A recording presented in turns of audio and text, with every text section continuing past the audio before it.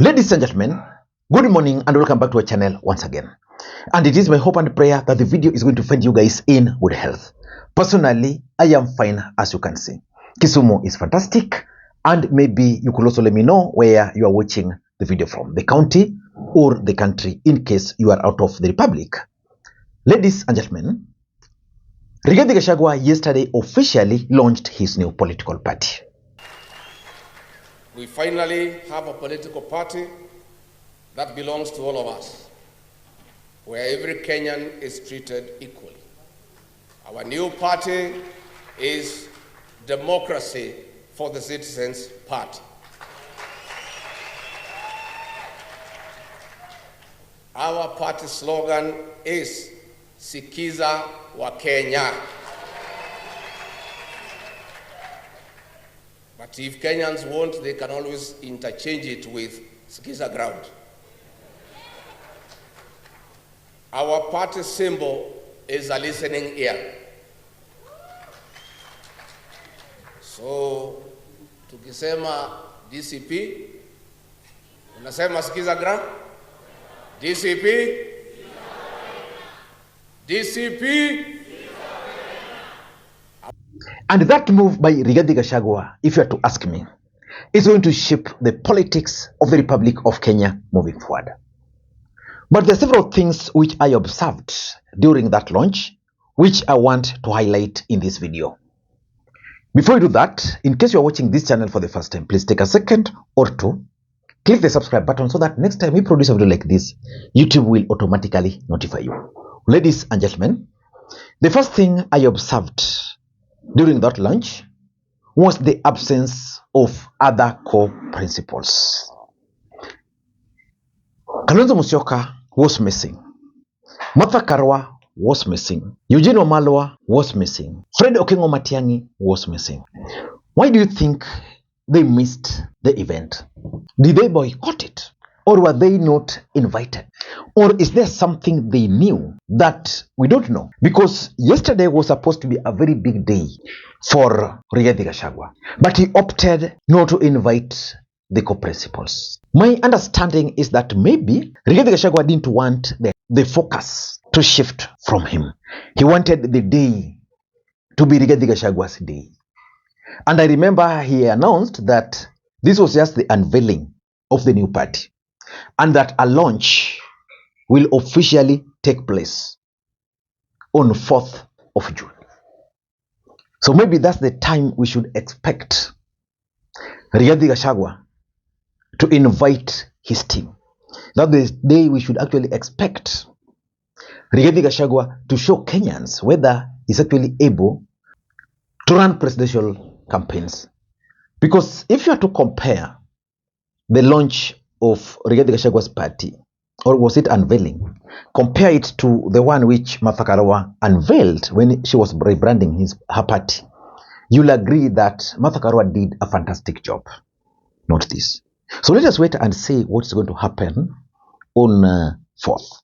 Because on 4th, if they won't attend, then we can easily conclude that there's already fallout within that camp. That's number one.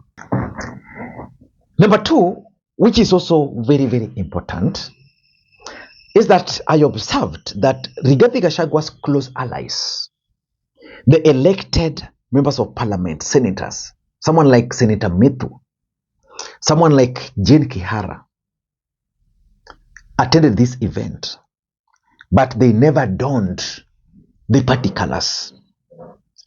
Why do you think they did not do that? Because I had expected them, based on the way they've been talking, to emerge to that meeting donning the party colors. They didn't do that. One of the things we were told was that some of these members of parliament are actually willing to resign so that they can force a by-election. But the reason they did not don the party colors is simple. They didn't want to break the political party's law, which states that you cannot advance the ideologies of another political party.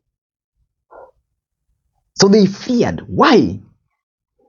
I want to believe that Rigathi Gachagua is walking on a very dangerous path.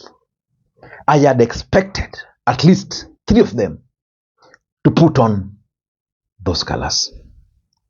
Let us wait and see what's going to happen on 4th, whether they'll come in those particulars. Because right now, the IBC is there. Their seats can be declared vacant. But if they're not willing to take the risk, while they promised they'll do that, then Rigathi Gachagua should be worried. The third thing which also I observed was the Goons. Something is not adding up. And I've been asking myself 2 questions. Were the Goons sent by the state? Or was the Goons' action scripted by Clovis Malala? I'm asking that question because I've been observing a few things, and something tells me that maybe it was state-sponsored. I want you to go back a bit and go back to the Butere girls drama. What was happening around that time? Around that time, Rigathi Gachagua had started attacking William Ruto over the RSF of Sudan. And it was a huge debate at that particular time. From nowhere, the Bunyore girls drama, the Butere girls drama came up. And before we knew, that story died. Because Rigathi Gachagua was really digging in. The other day, Fred Matiang'i and Rigathi Gachagua met. And it was discussion in the country. What followed? The shoe drama in Migori. Again, that took the limelight. Now convince me, like a baby, why I should not believe that the drama of the Goons yesterday was actually intended to take away the limelight from yesterday's event. Convince me. Because it's going to be very difficult for you to convince me. It's going to be very difficult for you to convince me. But that's something I also observed. Maybe you observed a different thing. The fourth thing, which is also significant, is, and I don't know whether it's only me who observed it, the list of officials. For those who've been following this channel, I actually advised Rigathi Gachagua not to appoint Malala as the SG. Because everybody had expected Malala to be the SG of the new party. Rigathi appointed Malala as the deputy party leader. You can argue the way you want, but the Secretary General of a party is more powerful than the deputy party leader. He's the custodian of the party. He signs documents on the behalf of the party. Very powerful. That's why Edwin Sifuna is very powerful within the ODM party. Hassan Omar is very powerful. Even Nyangolo, when he was the Secretary General of TNM, was very powerful. No, but if you leave alone Malala, the Secretary General is a young man from Kisii called Hesborn Obaga. Why do you think Rigathi opted for a little known young man from Kisii? I've tried digging around this guy, but I've realized he's been with Rigathi for some time. Maybe has been Rigathi Gachagua's man for a very long time. Because you can't just wake up and appoint any other person as the Secretary General. You can't, unless you are sure. Because Rigathi Gachagua's politics, as we speak, is high stake. If he's not careful, with William Ruto, he can do anything, even to get information from this new guy.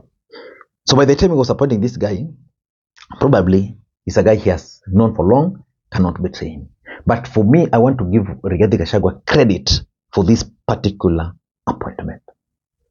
But Rigathi is also trying to bring the share politics by trying to reward the Mount Kenya regions. For example, he has appointed Maina Kambana to lead what? Eminent persons, of the party. Ketu Waruguru as the women leader. Again, Peter Mwadhi has been appointed to some position. Mithika Linturi is going to be the organizing secretary. So if you look at the distribution of those guys, it means it's trying to appease the Kiambu, the Muranga, it's trying to Meru, Yeah, it's trying to bring the politics of shares there. But something also stood out for me. The branding and particulars. Who chose for Rigathi Gachagua the particulars? If you're to ask me, I want to assume that's the role or that's the work of Malala. Malala simply went to ANC party, picked ANC colors and transferred to this party. Of course, ANC is no longer a political party. It was merged. But the fact that they opted for those ANC party colors, I think the idea behind that is that Malala wants the party to be accepted easily in the Luhya nation. Because, he was the Secretary General of that party. ANC party performance in the Luhya nation is not bad. The Luhya community have known ANC party as their tribal party. So the moment you will take those branding there, they'll easily associate with them. And lastly, the mobilization. What's your take on the way that event was mobilized? For me, I think it was deliberate. If not deliberate, then Rigathi Gachagua was not ready. So we'll be waiting for Fourth to see how he's going to do it, whether it's going to be different or the same. Until next time, this is Lee Makwiny. Bye-bye.